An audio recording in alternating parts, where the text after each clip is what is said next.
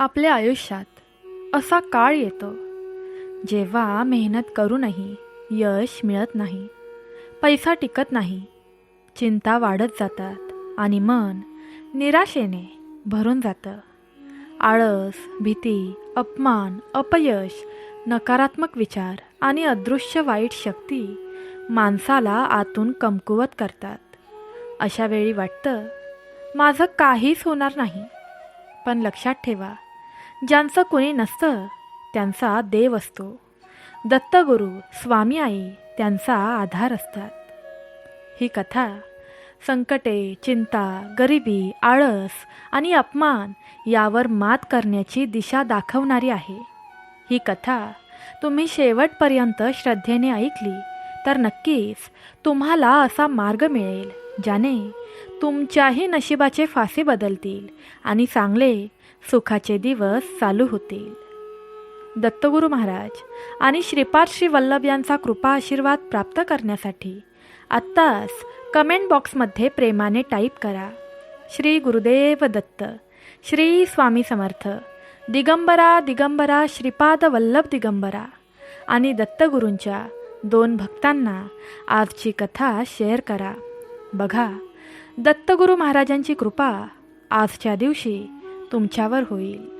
चला तर मग दत्तकृपेने भरलेल्या या अद्भुत कथेला सुरुवात करूया. एका साध्याशा घरात जन्मलेला माधव नावाचा तरुण वयाने अवघा 22 वर्षाचा होता. पण त्याच्या मनात मात्र स्वप्नांचा अफाट सागर होता. तो स्वतःला भविष्यात एक मोठा व्यापारी म्हणून पाहायचा. प्रचंड धन, वैभव, नाव, प्रतिष्ठा हे सगळं त्याच्या स्वप्नांच्या केंद्रस्थानी होतं. तो हे स्वप्न नेहमी आपल्या घरच्यांना, मित्रांना सांगायचा. स्वतःच्या मोठ्या मोठ्या कल्पना ऐकवताना त्याच्या डोळ्यात फक्त चमक यायची आणि समोरच्यांकडून मिळणारी थोडीशी तरी प्रशंसा त्याला फार आनंद द्यायची. सुरुवातीला घरच्यांनाही आणि मित्रांनाही असं वाटायचं की हा मुलगा नक्कीच काहीतरी मोठं करेल. माधव हुशार आहे, बुद्धिमान आहे, त्याच्या डोक्यात कल्पना आहेत असं सगळे म्हणायचे. पण जसजसा काळ पुढे सरकू लागला तसतसं एक वास्तव सगळ्यांच्या लक्षात येऊ लागलं. माधवच्या बोलण्यात, कृतीत जमीन आसमानाचं अंतर होतं. स्वप्न मोठी होती, पण त्यांना सत्यात उतरवण्यासाठी तो एकही ठोस पाऊल उचलत नव्हता. दिवस असेच जात होते. माधव उशिरा उठायचा. कित्येक वेळ तो असाच टाइमपास करत घालवायचा. निरर्थक गप्पांमध्ये अडकायचा आणि काम करण्याची वेळ आली की उद्या पाहू, थोडं थांबू असं म्हणून टाळाटाळ करायचा. आळस आणि टालमटोल हेच त्याचे कायमचे सोबती झाले होते. काळ जात होता, पण आयुष्य पुढे सरकत नव्हतं. आता जे लोक कधी कधी त्याची तारीफ करायचे तेच लोक त्याच्यावर टोमणे मारू लागले. मित्र त्याची थट्टा करू लागले. घरच्यांच्या नजरेतही हळूहळू निराशा दिसू लागली. तू फक्त बोलतोस, करतोस काय? स्वप्न पाहून कोण मोठं झालंय? असे शब्द त्याच्या कानावर पडू लागले. सुरुवातीला तो हे सगळं हसण्यावारी नेण्याचा प्रयत्न करायचा, पण आतून मात्र त्याचं मन हळूहळू तुटत चाललं होतं. जसजसे महिने वर्षांमध्ये बदलू लागले तसतसा माधवचा उत्साह कमी होऊ लागला. लोकांचे टोमणे, स्वतःविषयी वाटणारी लाज आणि काहीच न करू शकण्याची वेदना या सगळ्यामुळे त्याचा आत्मविश्वास संपत चालला होता.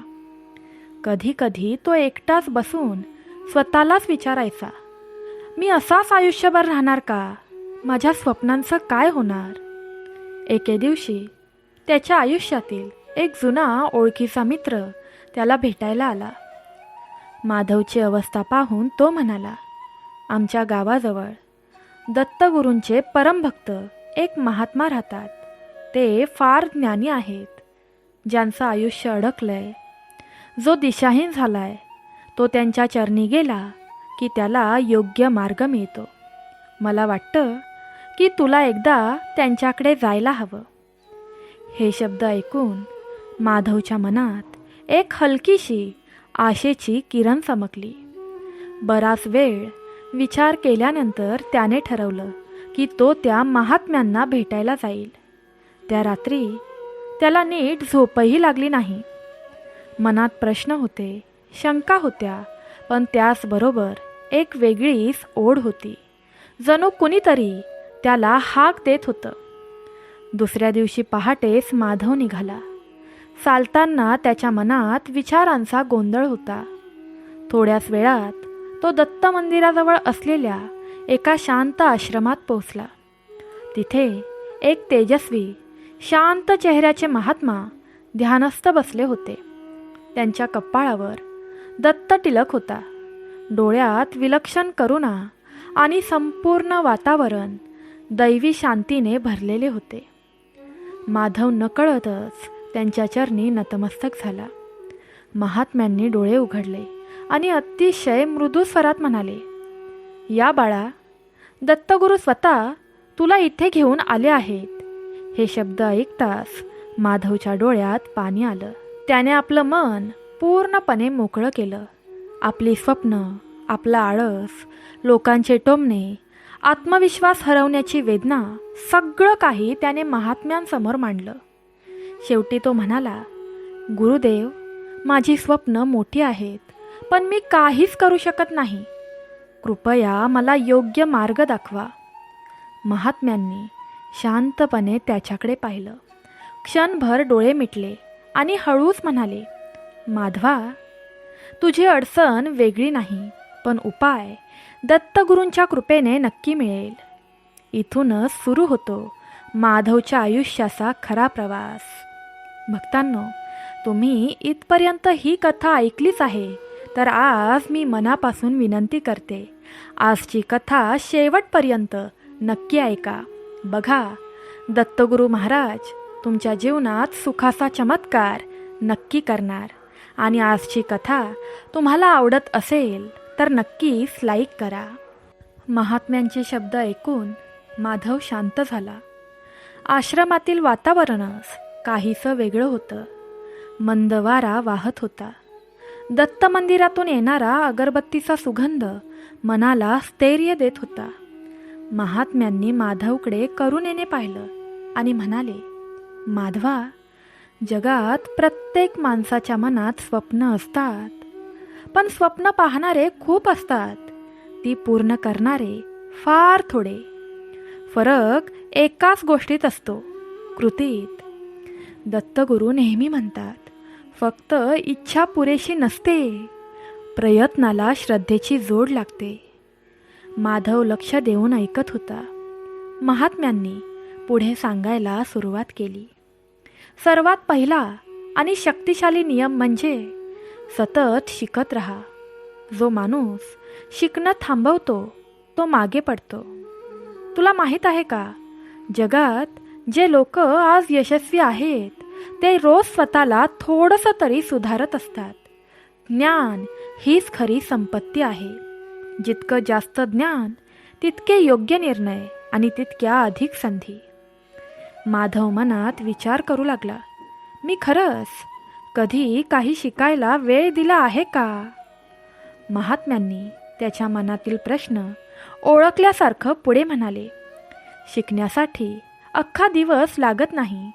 रोज फक्त अर्धा तास पुरेसा असतो, पण तो अर्धा तास नियमाने हवा. जर तू वर्षभर रोज अर्धा तास एखादं कौशल्य शिकत राहिलास तर एक दिवस लोकच तुला विचारतील, तू इतका पुढे कसा गेलास? हे शब्द माधवच्या अंतकरणात खोलवर उतरले. त्याला पहिल्यांदाच जाणवलं की यश काही जादू नाही, तर रोजच्या छोट्या प्रयत्नांची देण आहे. महात्म्यांनी थोडा विराम घेतला आणि पुन्हा म्हणाले, दुसरा नियम आहे उत्पादक बन. आळस हे यशाचे सर्वात मोठे शत्रू आहे. बरेच लोक मोठमोठ्या योजना करतात, पण सुरुवातच करत नाहीत. ते फक्त विचार करत राहतात आणि आयुष्य निघून जातं. माधवच्या डोळ्यासमोर स्वतःचा दिवस फिरून गेला. रिकाम्या गप्पा, उद्या करू, आळस हे शब्द त्याचं डोकं खाली झुकलं. महात्म्यांनी प्रेमाने सांगितलं, यशस्वी माणूस आणि सामान्य माणूस यात एकच फरक असतो. सामान्य माणूस जास्त विचार करतो, यशस्वी माणूस जास्त काम करतो. तुलाही तेच करायचं आहे.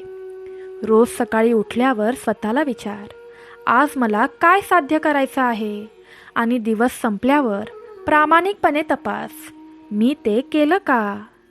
ते पुढे म्हणाले, लक्षात ठेव माधवा, तुलाही तेच 24 तास मिळतात जे जगातील मोठ्या लोकांना मिळतात.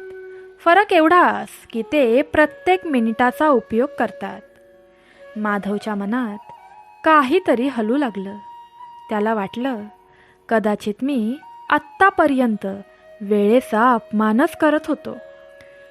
महात्म्यांनी मग तिसरा नियम सांगायला सुरुवात केली. तिसरा नियम आहे आत्मअनुशासन. जोश आणि उत्साह सगळ्यांनाच येतो, पण तो काही काळासाठीच असतो. खरी परीक्षा तेव्हा असते जेव्हा मन नाही म्हणतं तरीही काम करायचं असतं. ते म्हणाले, बरेच लोक म्हणतात, आज मन नाही आहे, उद्या करू. पण यशस्वी माणूस असं कधीही म्हणत नाही. तो ठरवलेल्या वेळेला काम करतो. मन असो वा नसो, आत्मअनुशासन म्हणजे मनाला शिस्त लावणं. माधव शांतपणे ऐकत होता. त्याला जाणवलं की आत्तापर्यंत तो फक्त जोशावर अवलंबून होता, पण अनुशासन कधीच नव्हतं. महात्म्यांनी स्पष्ट शब्दात सांगितलं, एक ठराविक दिनचर्या बनव. रोज त्याच वेळेला उठ, त्याच वेळेला काम कर, आणि रोज स्वतःला एकच प्रश्न विचार, आज मी कालपेक्षा थोडा तरी चांगला झालो का. हे शब्द ऐकून माधवच्या डोळ्यात आशेचा नवा प्रकाश दिसू लागला. महात्म्यांचे शब्द माधवच्या मनात खोलवर रुजू लागले होते. आत्तापर्यंत त्याने अनेक प्रवचने ऐकली होती, पण आज काहीतरी वेगळंच घडत होतं. जणू दत्तगुरू स्वतः या शब्दातून त्याच्याशी बोलत होते. महात्म्यांनी थोडा वेळ मौन पाळलं, डोळे मिटले आणि मग शांत स्वरात पुढे म्हणाले, माधवा, यशाचा चौथा नियम खूप महत्त्वाचा आहे. जोखीम घ्यायला शिक. जो माणूस कायम सुरक्षिततेच्या कुंपणामागे उभा राहतो तो कधीच मोठा होत नाही. दत्तगुरू सांगतात, भय हीच माणसाची खरी साखळी आहे. माधव थोडासा चकित झाला. त्याने कधी जोखीम घेण्याचा विचारही केला नव्हता. अपयशाची भीती त्याच्या मनावर इतकी खोल बसली होती की तो सुरुवात करण्याआधीच थांबायचा. महात्म्यांनी त्याच्या मनातला विचार ओळखला आणि म्हणाले, तुला माहीत आहे का, बहुतेक लोक अपयशाच्या भीतीने प्रयत्नच करत नाहीत. पण खरं अपयश ते नसतं. प्रयत्न न करणं हेच खऱ्या अर्थाने अपयश असतं. स्वतःला नेहमी विचार, मी अपयशी ठरलो तर काय होईल. पण त्याहून मोठा प्रश्न विचार, मी प्रयत्नच केला नाही तर मग काय होईल. हे शब्द माधवच्या अंतःकरणाला भिडले. त्याला जाणवलं की आत्तापर्यंत त्याने अपयशाच्या भीतीपोटी स्वतःलाच अडकून ठेवलं होतं. महात्म्यांनी पुढे सांगितलं, जोखीम म्हणजे अंधाधुंद उडी मारणं नव्हे. जोखीम म्हणजे विचारपूर्वक पाऊल उचलणं, नवीन कल्पनांवर काम करणं, आपल्या मर्यादा ओलांडणं.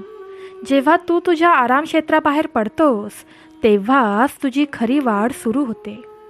माधवच्या मनात पहिल्यांदाच धाडसाची ठिणगी पेटली.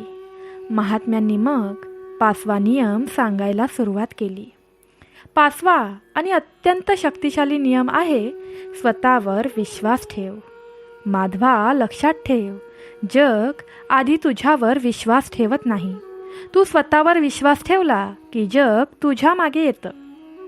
ते पुढे म्हणाले, यशस्वी लोक वेगळे जन्मत नाहीत.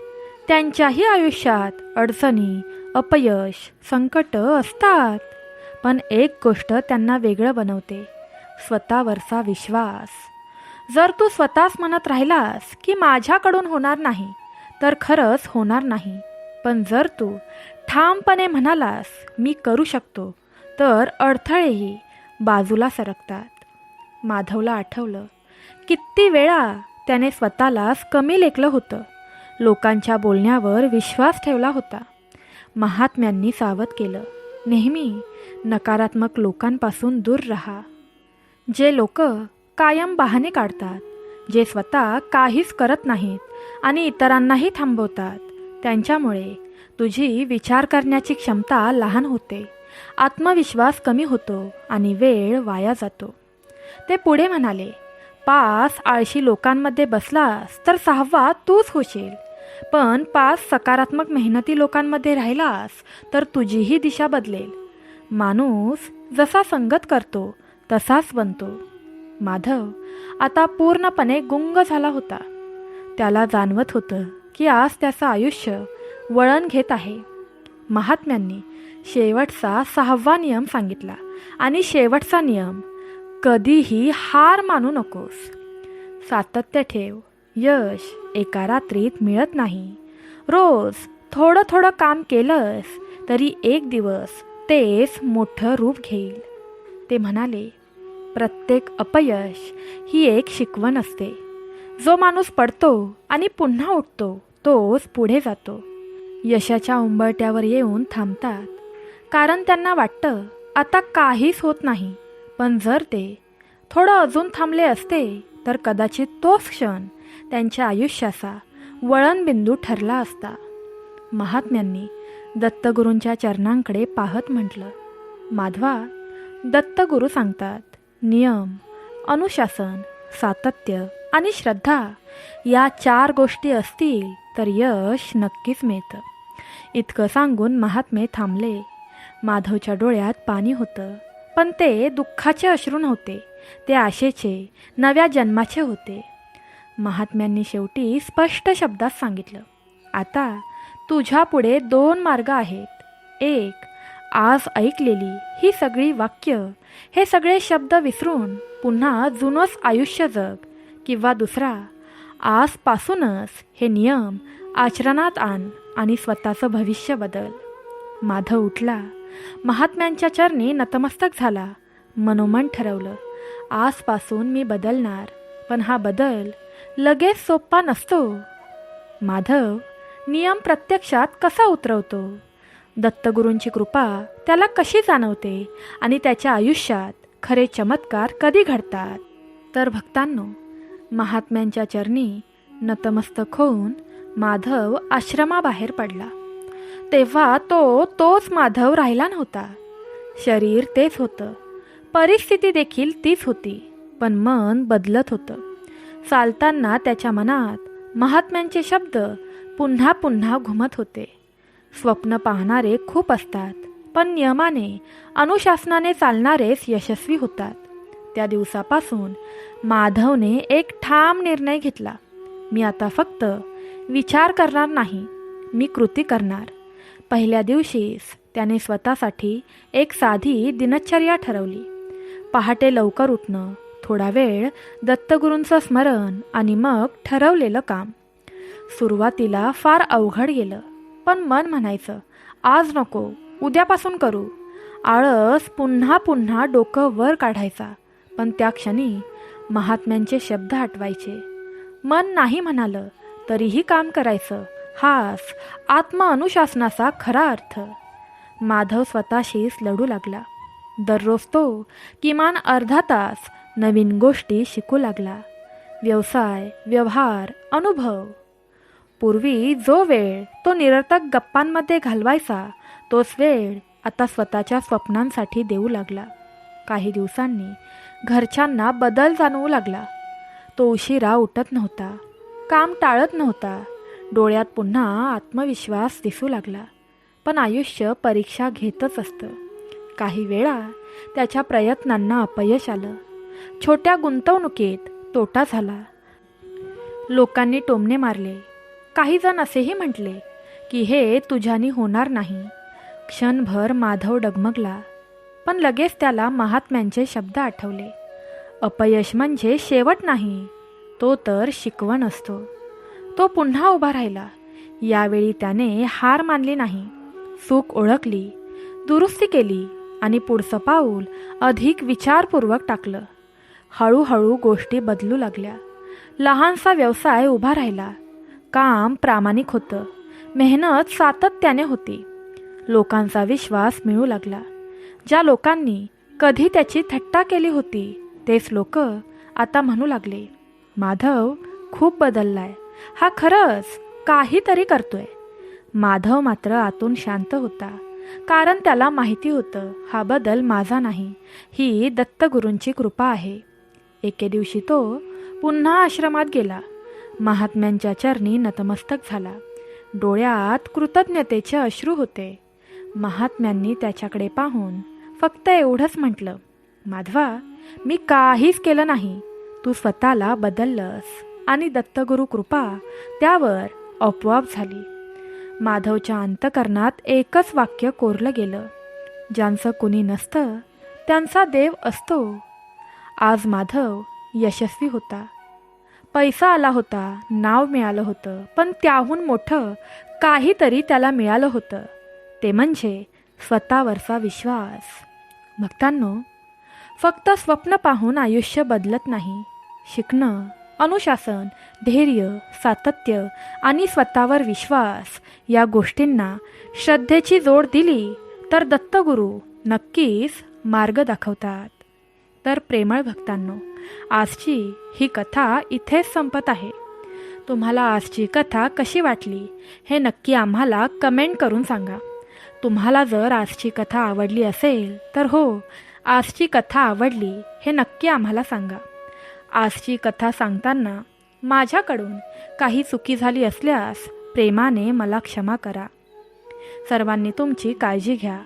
तुम्ही जर आपल्या चॅनलवर नवीन असाल तर आपल्या चॅनलला सबस्क्राईब करा. चला तर मग पुन्हा भेटूया नवीन व्हिडिओमध्ये नवीन कथेसोबत. श्री स्वामी समर्थ. श्री गुरुदेव दत्त. दिगंबरा दिगंबरा श्रीपाद वल्लभ दिगंबरा.